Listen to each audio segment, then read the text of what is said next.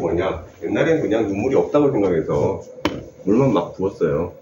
이게 건조증인 줄 알았는데 계속해서 연구를 해보니까 결국은 이거예요.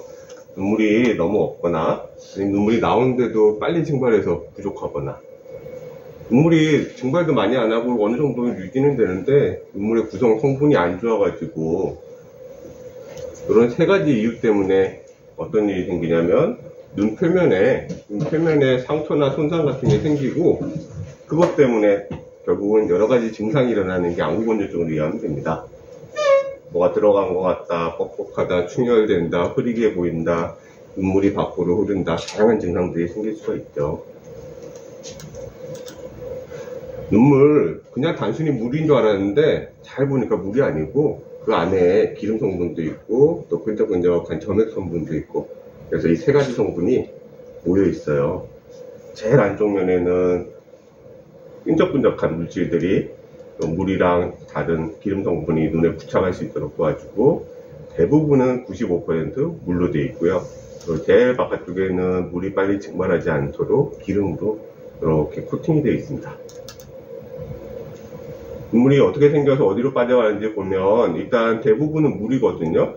물 성분은 눈 바깥쪽에 있는 여기 눈물샘에서 만들어져 가지고 눈 표면을 이렇게 적시고, 그 다음에 하수구 역할을 하는 코 쪽 방향으로 이렇게 들어가는 그런 경로를 가지게 되고, 끈적끈적한 점액질은 눈 표면에서 만들어져요. 여기 흰자 쪽이나 이런 데서 만들어져서 안쪽을 코팅을 하고 있고, 그리고 우리가 잘 아는 기름 성분은 눈꺼풀 쪽에 이렇게 한 줄 아니면 두 줄 정도 기름샘들이 있는데, 이 말곰선이라고 하는 기름샘에서 만들어져서 눈 표면으로 이렇게 나오게 되겠습니다. 이게 사실은 오늘의 핵심인데 너무너무 복잡해요. 쉽게 생각하면 우리가 이제 눈을 보호를 해야 되는데, 어떤 호수에 붕어랑 이거랑 이렇게 물고기들이 살고 있는데, 호수가 마르면 물고기들이 죽잖아요. 산소가 없어서. 죽으면 거기 또 사체에서 나쁜 물질들이 나와서 산소가 또 모자라고 또 죽고 또 모자라고 또 죽고, 이렇게 악순환이 생기기 시작하면 그때부터 이제 나쁜 일이 생기거든요. 마찬가지로 우리 호수 옆에 이렇게 공장들이 있는데 해수들이 들어오면 물고기가 죽고, 그러면 다시 사체에서 나쁜 물질이 나오고 또 죽고, 그래서 그런 거하고 비슷하게 눈에도 그래요. 자, 눈물이 안 좋거나 눈물이 모자라거나 뭔가 문제가 생기면 어떤 일이 생기냐면 물 성분이 다 날아가서 끈적끈적해져요. 눈 표면이 눈곱 끼는 것처럼 끈적끈적.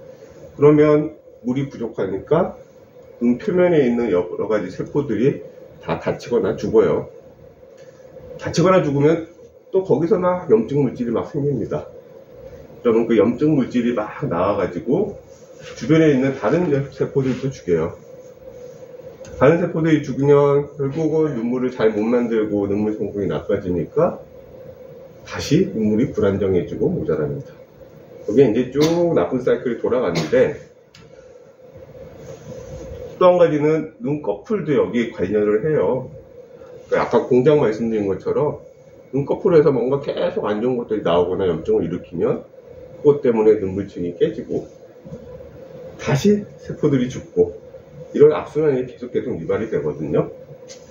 자, 그래서 우리가 이제 하는 거는 진단 과정에서는 눈이 얼마나 말라 있고 눈 표면이 얼마나 상처가 많은지 염색약도 넣어보고, 그리고 눈에 염증이 얼마나 심한지도 알아보고 하는데, 조금 이따 말씀드릴 그 MMP9 키트라는 게 여기를 보는 거예요.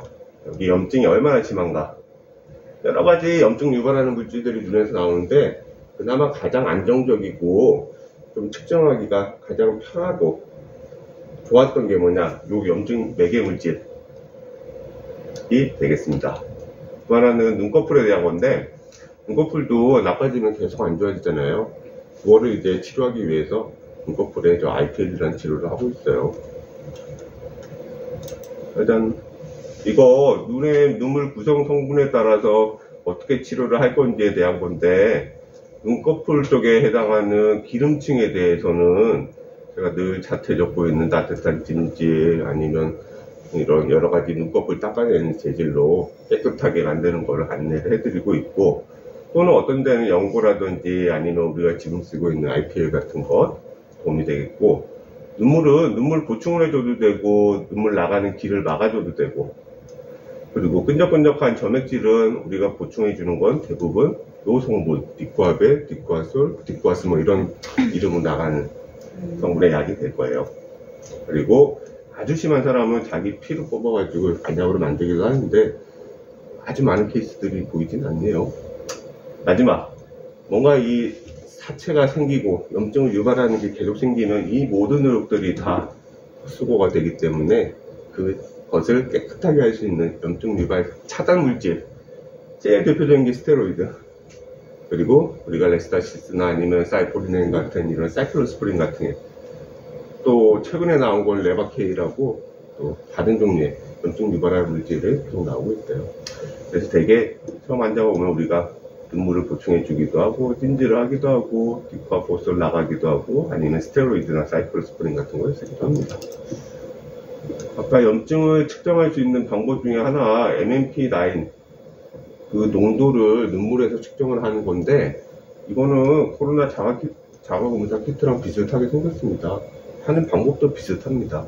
그래서 눈 표면에서 우리가 눈물을 좀 채취해 가지고 그 다음에 용액에 따라서 쭉 올라오게 만든 다음에 그 결과에 따라서 어느 정도나 이 염증을 유발하는 물질들이 있는지를 판단을 하는 거고, 그리고 그 결과에 따라서 얼마나 강한 안약으로 염증을 조절할 것인가 판단하면 됩니다. 비용은 45,000원, 80% 자기부담금, 그리고 20% 공단. 생각보다는 꽤 비싸요, 이게. 그래서 모든 사람한테 다 할 수는 없고, 정말로 염증이 중요한 역할을 하거나 아니면 우리가 치료 결과를 판단하는데 도움이 될 거예요. 첫 번째, 눈꺼풀의 말봄선이라는 것은 우리 눈의 안쪽부터, 이 눈꺼풀 뒤집은 거거든요. 눈의 안쪽부터 이렇게 만들어져서 눈 표면에서 밖으로 나와요. 여기 보면 노란색 약간 꼬불꼬불한 게 이제 그런 말봄선이거든요. 그래서 한 줄 아니면 두 줄 정도 이렇게 입구들이 있는데, 여기에 만성적으로 염증이 있게 되면 여기가 막히기도 하고 딱딱하게 굳어버리기도 하고, 또 염증이 있으면 나쁜 혈관들이 이렇게 생기거든요. 혈관이 생기면 거기에서 나쁜 염증 매개 물질이 계속 나와요. 그래서 아까 말씀드린 것처럼 공장을 청소하는 것 개념으로 이 주변에다가 청소를 합니다.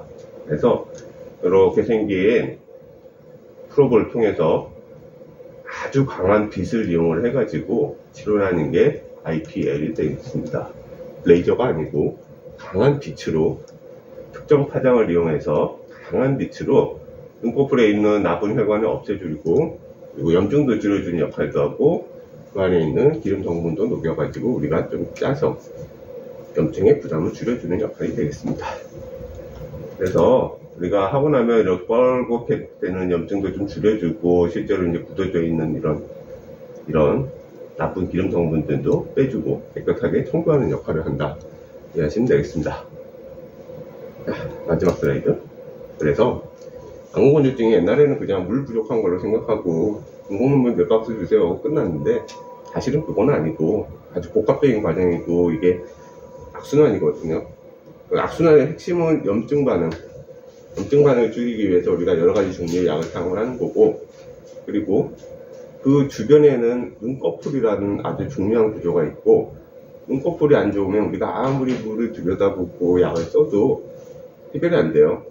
그래서 눈꺼풀을 해결하기 위해서 우리가 IPL이라는 장비를 도입을 했고, 그걸 이용해서 치료를 하는 것이 중요하다, 이렇게 되겠습니다. 끝. 고맙습니다.